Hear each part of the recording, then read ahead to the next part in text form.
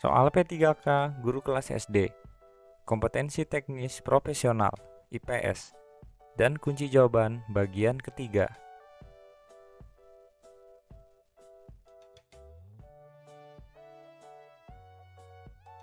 Isu dan masalah global serta kemajuan iptek dapat digunakan sebagai sumber pembelajaran IPS yang terkait dengan permasalahan berikut antara lain: A. Kelangkaan air tanah, internet, sampah. B. Penduduk, kemiskinan, akses yang mudah. C. Pembangunan, kelangkaan listrik, daya guna alam. D.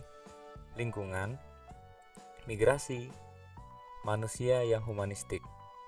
E. Penduduk, migrasi, hak asasi manusia. Jawabannya adalah E. Penduduk, migrasi, hak asasi manusia.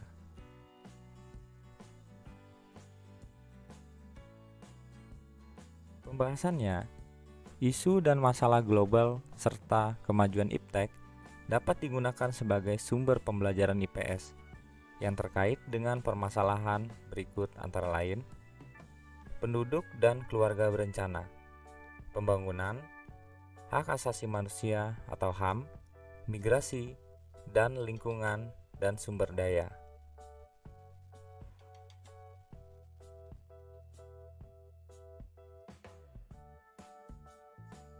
Pembelajaran IPS di SD menganut paham demokrasi, integralistik, kebangsaan, solidaritas, dan teokrasi. Pernyataan yang paling benar tentang paham integralistik adalah: A.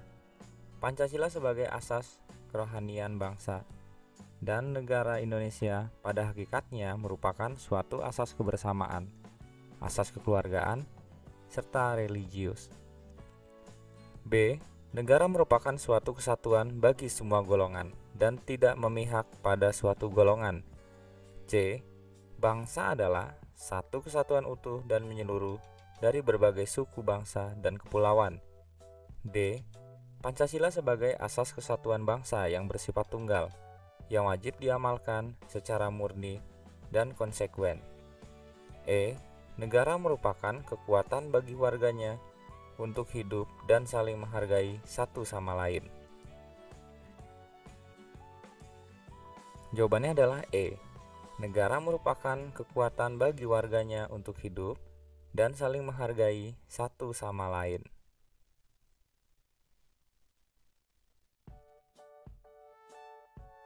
Pembahasannya, paham integralistik yang terkandung dalam Pancasila meletakkan asas kebersamaan hidup, mendambakan keselarasan dan hubungan antar individu maupun masyarakat.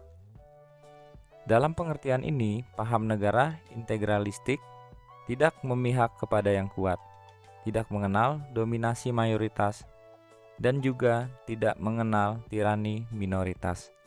Maka di dalamnya terkandung nilai kebersamaan, kekeluargaan, kebineka-tunggal-ikaan, nilai religiusitas, serta selaras. Paham integralistik merupakan aliran pemikiran yang sesuai dengan watak bangsa Indonesia, yang bersifat kekeluargaan dan tolong-menolong.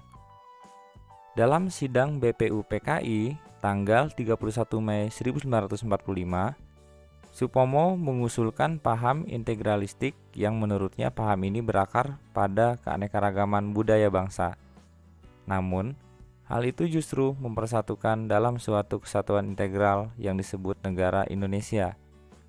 Paham integralistik yang terkandung dalam Pancasila meletakkan asas kebersamaan hidup, mendambakan keselarasan dalam hubungan antar individu maupun masyarakat.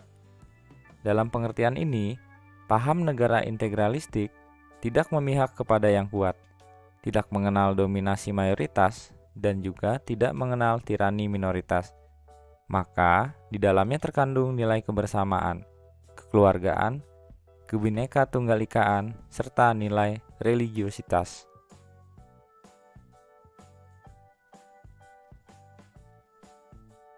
Soal selanjutnya, iptek pada hakikatnya merupakan produk budaya yang mengakibatkan terjadinya global village, yaitu menceritakan tentang A.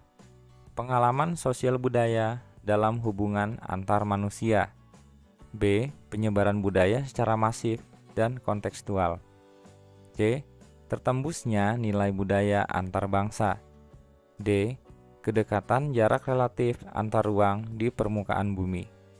E. Hilangnya batas-batas budaya antar negara. Jawabannya adalah D. Kedekatan jarak relatif antar ruang di permukaan bumi.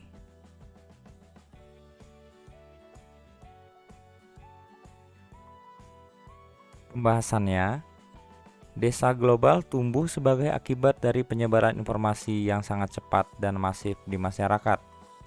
Penyebaran yang cepat dan masif ini menggunakan teknologi informasi dan komunikasi atau media massa. Manusia pada masa itu akan lebih menyukai komunikasi audiovisual yang atraktif, informatif, dan menghibur. Bertentangan dengan kekuatan teknologi media massa, manusia tidak akan mengagumi internet seperti pada awal kehadirannya di tengah masyarakat. Sekalipun internet dapat menghubungkan satu orang dengan orang lainnya dalam tempat yang berjauhan, menyampaikan banyak pesan ke tempat yang berlainan dalam satu waktu bersamaan. Perkembangan konsep desa global. Seiring berjalannya waktu, konsep ini terus berkembang. Konsep ini dianggap sesuai dengan keadaan masa kini, yaitu teknologi komunikasi. Salah satunya adalah internet, terbukti dapat menyatukan dunia. Perkembangan teknologi seperti yang dinyatakan dalam desa global membawa dampak positif dan negatif. Dampak positifnya adalah orang selalu bisa mengetahui kabar terbaru yang terjadi di tempat lain, dapat berkomunikasi dan terhubung walau dalam jarak ribuan kilometer, mencari dan bertukar informasi.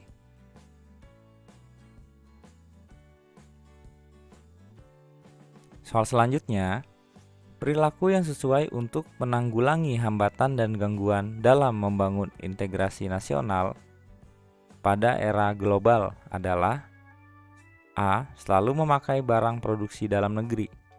B. Mempelajari semua budaya daerah yang beraneka ragam. C. Berpartisipasi menggalang persatuan dan kesatuan dalam kemajemukan. D. Menolak menggunakan barang-barang yang diimpor dari negara lain. E. Selalu menggunakan bahasa Indonesia dalam setiap pergaulan dengan orang lain. Jawabannya adalah C. Berpartisipasi, menggalang persatuan dan kesatuan dalam kemajemukan.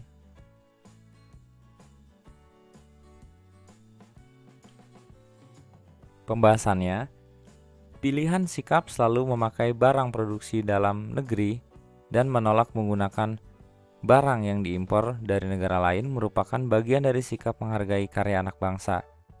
Sedangkan, sikap selalu menggunakan bahasa Indonesia dalam setiap pergaulan dengan orang lain, serta mempelajari semua budaya daerah yang beraneka ragam, menunjukkan dimensi masyarakat multibudaya yang menjadi karakter bangsa Indonesia. Tetapi, belum ada penekanan pemaknaan pentingnya mempromosikan sikap memperkuat kesatuan dan persatuan bangsa. Dengan demikian, jawaban C adalah yang paling tepat.